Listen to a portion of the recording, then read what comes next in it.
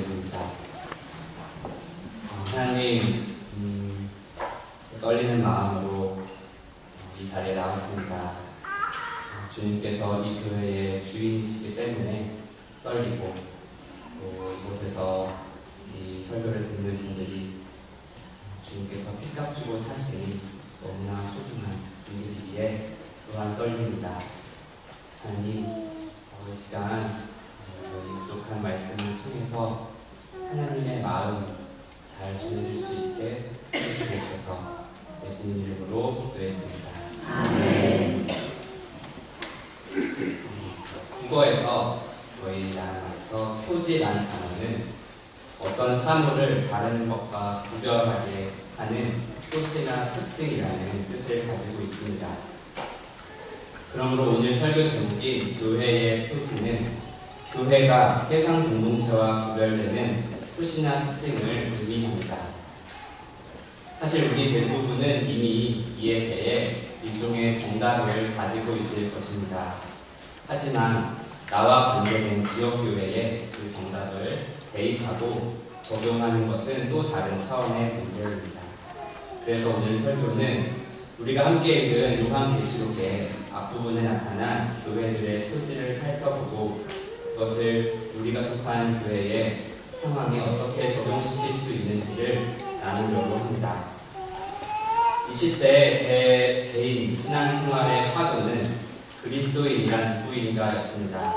즉, 예수님을 믿는 사람의 표지는 무엇인가 였습니다. 아마 어릴 때부터 신앙생활을 계속 해온 분이라면 대부분 사회생활을 시작하는 청년기에 이르러 이런 질문을 가질 것입니다. 왜냐하면 그 표지가 있어야만 내가 예수님을 믿는 사람임을 세상 속에서 나타내고 또 예수님을 증거할 기준을 가질 수 있기 때문입니다. 30대에 들어오면서 저는 그 질문과 함께 교회란 무엇인가에 대해서도 고민하기 시작했습니다. 사실 이 고민은 제가 청년 시절 그리스도인이 누구인지 배우고 훈련받았던 교회가 변질되는 모습을 보며 가졌던 안타까움에서 시작했습니다. 저는 궁금했습니다. 분명 교회는 예수님께서 사도와 성령을 통해 이 땅에 주신 되도림이 분명한데 왜 여기서 사회적 부덕적 문제들이 생겨나는지, 왜 예수님은 인간의 악한 본성을 아시면서도 교회라는 제도를 주셨는지, 또 이 시대의 타락한 교회를 보며 예수님은 어떤 생각을 하실지, 그리고 더해서 교회가 거룩한 능력을 잃어버리고 있는 이 시대의 상황 속에서 교회가 회복할 길은 무엇인지 말입니다. 어떤 면에서 오늘 설교는 이런 제 스스로의 질문에 대한 대답을 찾는 과정이기도 했습니다. 이 시간 저의 고민과 묵상이 이 소망교회 가족들에게도 잘 전달되기를 바랍니다. 교회를 세상 공동체와 구별하는 가장 중요하고도 우선되는 표지는 예수님께서 교회의 주인이라는 것입니다. 너무나 당연한 대답이죠. 그러나 여기서 우리는 예수님이 과연 어떤 주인이신지 더 묵상해 볼 필요가 있습니다. 오늘 본문에서 요한은 예수님을 향한 위대한 선언과 경배로 자신의 기록을 시작합니다. 이제도 계시고 전에도 계셨고 장차 오실 이와 그의 보좌 앞에 있는 7영과 또 충성된 증인으로 죽은 자들 가운데에서 먼저 나시고 땅의 임금들의 머리가 되신 예수 그리스도. 그런데 그 뒤에 따라오는 경배는 교회와 성도가 얼마나 특별한 존재인지를 보여줍니다. 우리를 사랑하사 그의 피로 우리 죄에서 우리를 해방하시고 그의 아버지 하나님을 위하여 우리를 나라와 제사장으로 삼으신 그분. 예수님을 믿는 신자와 그들이 모인 교회 공동체는 예수님의 피로 세워진 새 언약 안에서 태어났습니다. 구약시대에 하나님께서 아브라함과 맺은 언약 안에서 이스라엘 백성을 구별하여 하나님의 제사장 나라를 세우신 것처럼 말입니다. 이것을 사도 바울은 하나님이 자기 피로 사신 교회라고 이야기합니다. 하나님은 영이시기 때문에 피를 흘릴 수 없는 존재입니다. 그러니 여기서 사도 바울이 말한 하나님은 십자가에서 죄인을 대신하여 피를 흘리신 예수님을 나타냅니다. 이 말씀에 근거하여 우리는 이렇게 말할 수 있습니다. 예수님께서 교회의 주인이 되시는 이유는 단순히 교회가 예수님을 믿고 따르는 사람들이 모이는 공동체여서가 아니라 그분이 자기 피를 주고 교회를 사셨기 때문이다. 이 진리를 깨닫는 것이 왜 중요합니까? 이 표지를 읽을 때 교회 안에 다툼이 시작되기 때문입니다. 우리는 주변에서 갈라진 교회들을 많이 봅니다. 저 역시도 제 주변에 그런 교회들이 있는데요. 제 3자의 입장에서 양측의 이야기를 들어보면 좋은 이야기건 나쁜 이야기건 결국 자신들이 교회를 가장 잘 아는 것처럼 또는 가장 아끼고 사랑하는 것처럼 이야기합니다. 그러나 그것은 큰 착각입니다. 교회의 주인이 예수님이라는 말은 예수님께서 교회를 소유한 분이라는 의미를 넘어서 예수님이 교회를 가장 사랑하시는 분이라는 것을 의미합니다. 이 진리는 우리를 겸손하게 해줍니다. 이 교회를 가장 사랑하시는 분이 전능하신 왕이시니 교회의 문제들을 그냥 두고 보지 않으실 것입니다. 내가 해보려고 할 때는 다툼이 나지만 예수님께서 하시면 결국은 하나님께 영광이 됩니다. 예수님께서 교회를 쉽게 포기하지 않으실 것입니다. 이 진리는 또한 다툼 앞에서 우리를 침묵하게 하고 기도의 자리로 인도합니다. 진리를 거스르고 당을 짓는 교회 안의 사람들을 향해 예수님의 긍휼한 마음을 가지고 기도하게 합니다. 예수님께서 교회의 열쇠를 가지신 분이시기 때문입니다. 그분이 가장 의롭게 판결하시기 때문입니다.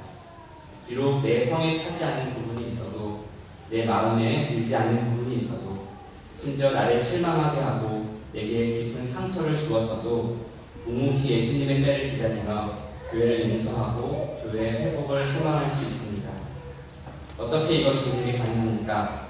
예수님께서 자기 피로 이 교회를 사신 주인이라는 믿음 안에서 가능합니다. 교회를 이토록 사랑하신 예수님께서 교회를 향한 메시지를 보내셨습니다. 그런데 여기서 예수님께서는 자신을 대신하여 말씀을 전달하는 사자로서 사도 요한을 선택하셨습니다. 요한은 자신을 이렇게 설명합니다. 계시록 1장 9절 말씀인데요.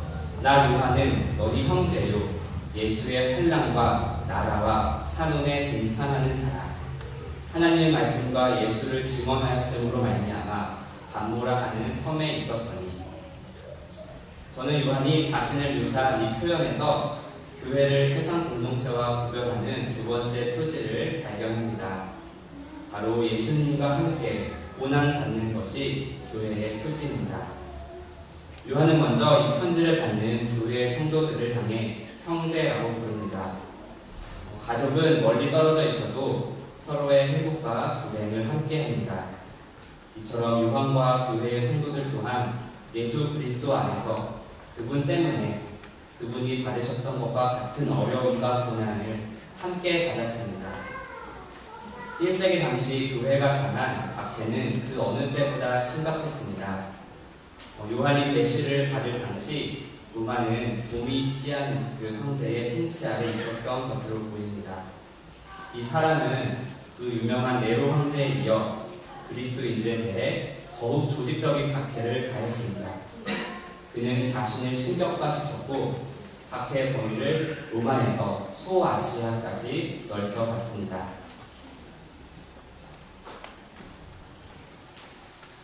여기에 더하여 유대인들과의 갈등이 더욱 심해져 갔습니다.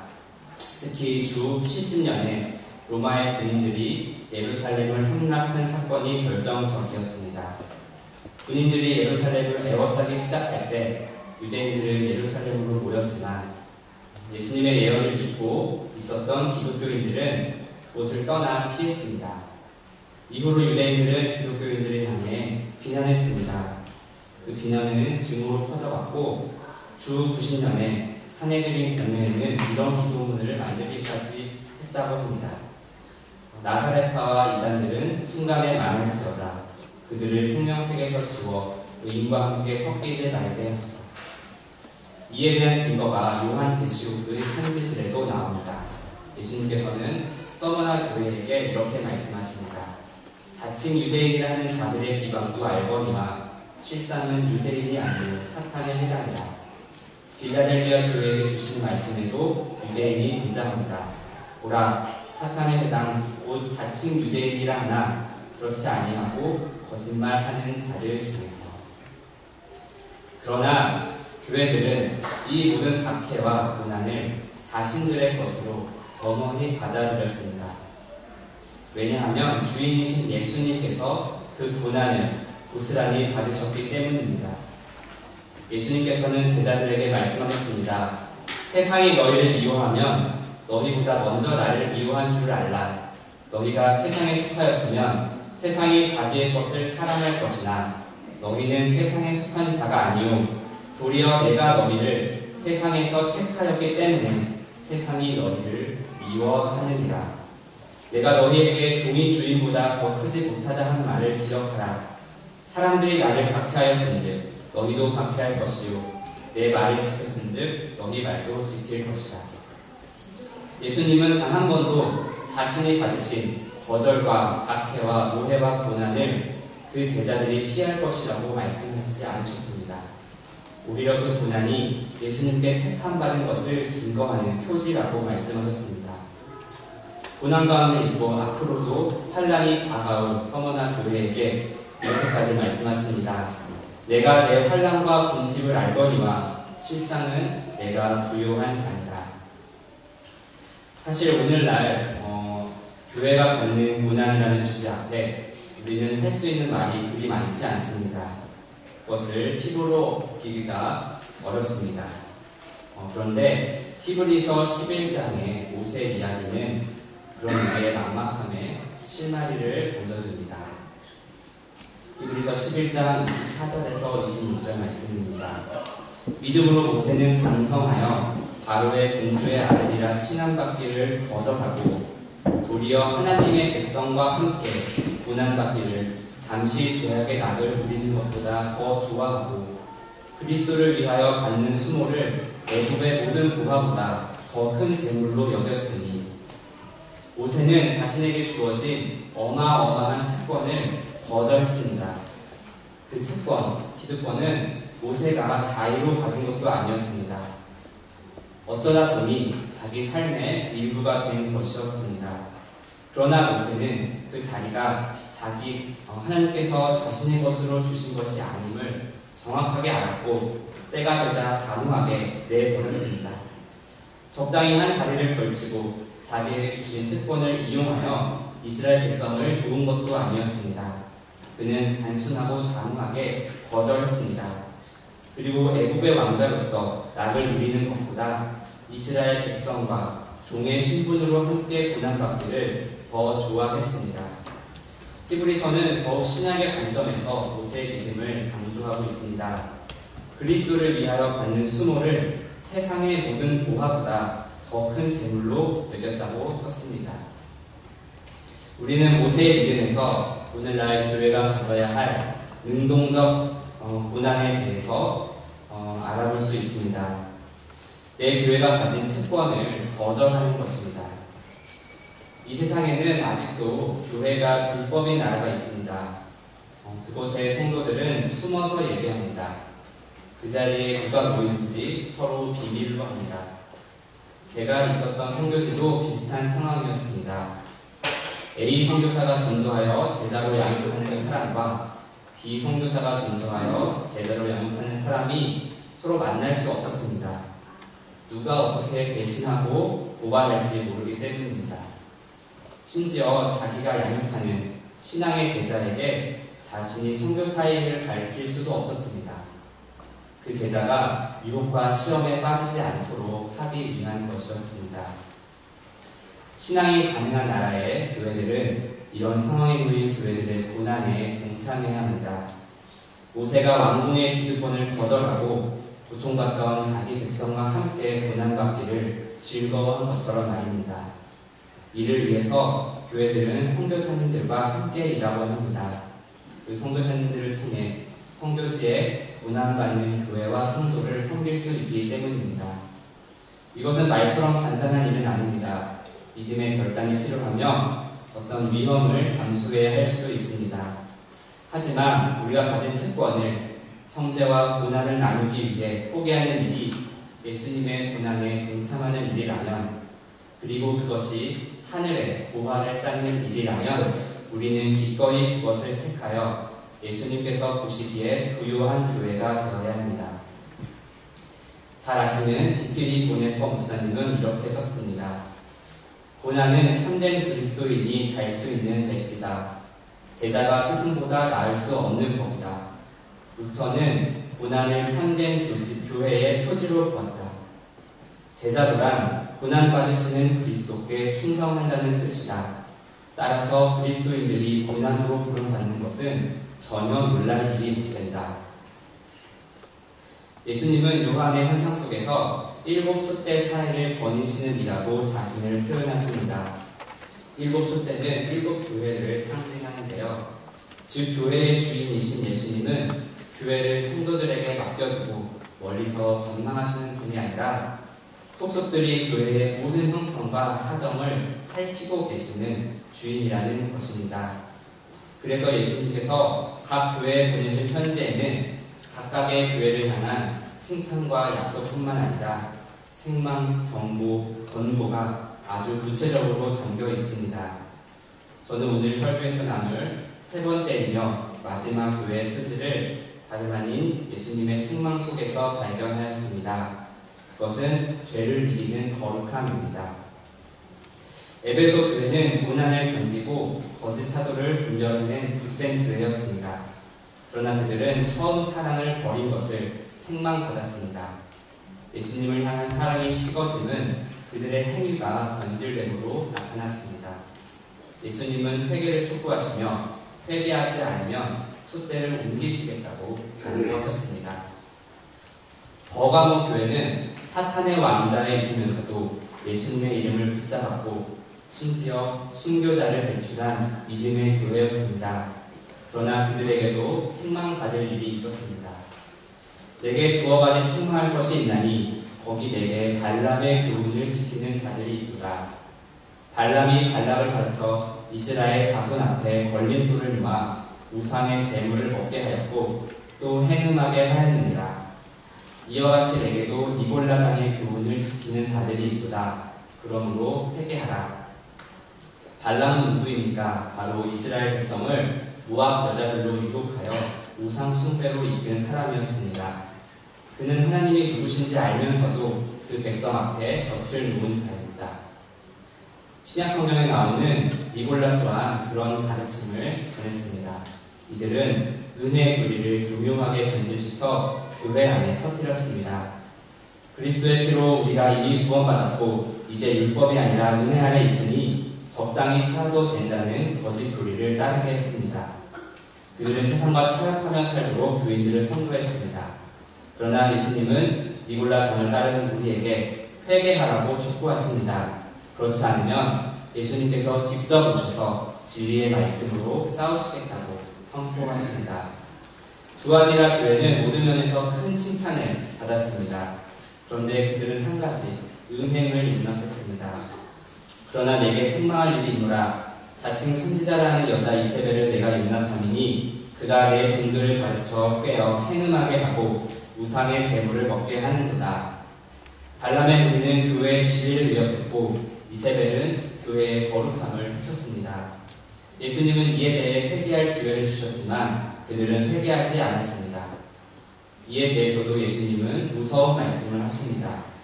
만일 그 행위를 회개하지 아니하면 큰 환난 가운데 던지고 또 내가 사망으로 그의 자녀를 죽이리니 모든 교회가 나는 사람의 뜻과 마음을 살피는 자인 줄 알지라. 내가 너희 각 사람의 행위대로 갚아주리라. 사대교회를 향한 예수님의 평가는 5교회 중에서 가장 엄중합니다. 내가 내 행위를 아느니 내가 살았다 하는 이름은 가졌으나 죽은 자로다. 그들은 겉으로 사람들에게 칭찬받는 살아있는 교회였습니다. 그러나 모든 깊은 것을 아시는 주님은 그 교회가 죽었다고 선언하셨습니다. 사대교회가 할 수 있는 일도 하나였습니다. 회개입니다. 라오디게아 교회는 칭찬도 그 안에 거룩함을 지킨 소수의 신자도 없었던 교회였습니다. 이 교회를 향한 예수님의 책망은 이것입니다. 내가 내 행위를 아노니 내가 차지도 아니하고 뜨겁지도 아니하리다. 내 입에서 너를 토하여 버리리라. 내가 말하기를 나는 부자라 부유하여 부족한 것이 없다 하나 내 공부한 것과 가련한 것과 가난한 것과 눈먼 것과 벌거벗은 것을 알지 못하는도다. 예수님은 라오디게아 교회를 향해 자신의 실체를 정확하게 보라고 말씀하십니다. 그리고 열심을 내라 회개하라고 경고하십니다. 예수님은 교회들에게 책망만 하신 것이 아니라 교회들이 죄를 이기고 거룩함을 지킬 수 있는 무기를 주셨습니다. 바로 회개입니다. 만약 교회가 회개해야 할 것이 있다면 주저하지 말고 변명하지 말고 회개해야 합니다. 하던 행위를 멈추고 돌이켜야 합니다. 거짓 가르침을 분별하고 버려야 합니다. 또한 죄를 거절하고 이겨내야 합니다. 피 흘리기까지 죄와 싸워 거룩함을 지켜내야 합니다. 이유는 단순합니다. 죄를 이기는 거룩함이 교회가 가진 표지이기 때문입니다. 회개는 수치가 아닙니다. 죄와 사탄을 이길 새 힘을 얻는 거룩한 무기입니다. 말씀을 정리하겠습니다. 교회는 예수님이 주인 되셔야 합니다. 그리고 예수님이 주인이 되시는 교회는 주님께서 받으신 고난을 받거나 또는 그 형제의 고난에 자발적으로 동참합니다. 예수님이 주인인 교회는 주인의 책망을 듣고 곧바로 회개하여 거룩함을 지켜냅니다. 예수님은 신실하게 자신을 주인으로 보시는 이런 교회를 생명처럼 맡기십니다. 고난 가운데에서도 위로하시며 고난 너머의 약속을 보여주시고 교회와 성도들로 하여금 기뻐하게 하십니다. 또한 책망하심으로 거룩함을 지켜내고 승리할 수 있도록 도우셔서 주님께서 교회를 향해 약속하신 그 선물을 다 받아들이게 하십니다. 설교를 들으며 느끼셨겠지만 사실 교회의 표지는 그리스도인의 표지와 크게 다르지 않습니다. 그리스도인 개개인 역시 그 삶의 주인이 예수님이 되어야 하며 주인이신 예수님이 고난에 동참하며 또한 죄를 이기고 거룩함을 지켜내는 삶을 살아야 합니다. 그리고 바로 그런 그리스도인들이 모여 교회를 이룰 때 그 교회는 분명 예수님께서 칭찬하시는 교회일 것입니다. 이기는 교회에게 주시는 주님의 약속은 엄청납니다. 하나님 나번의 생명나무 열매, 둘째 사망의 해를 면하는 약속, 만나와 새 이름을 기록한 흰 돌, 만국을 다스리는 권세와 새벽별, 흰옷과 생명책에 기록된 이름, 새 예루살렘의 이름과 그리스도의 이름이 기록된 성전의 기둥, 주님의 보좌에 함께 앉는 영광까지 하나만 받아도 우리 모두에게 어마어마한 선물일 것 같은 그 선물을 교회의 표지를 지켜낸 교회들에게 약속하셨습니다. 주님께서는 우리가 우리의 짧은 인생 동안 참다운 그리스도인으로 살기 위해 또한 건강한 교회를 세우기 위해 몸부림치고 고난받고 인내한 수고를 대충 보상해 주실 분이 아니십니다. 자신이 피로 주고 사신 우리 각 사람과 교회를 위해 엄청난 약속을, 선물을 준비해 놓으신 우리 주님 예수 그리스도를 믿으며 여기 모인 저와 여러분 모두가 이 약속들을 받는 거룩한 성도 이기는 교회가 되기를 주님의 이름으로 축복합니다. 함께 찬송가 600장 교회의 참된 편을 찬양하도록 하겠습니다.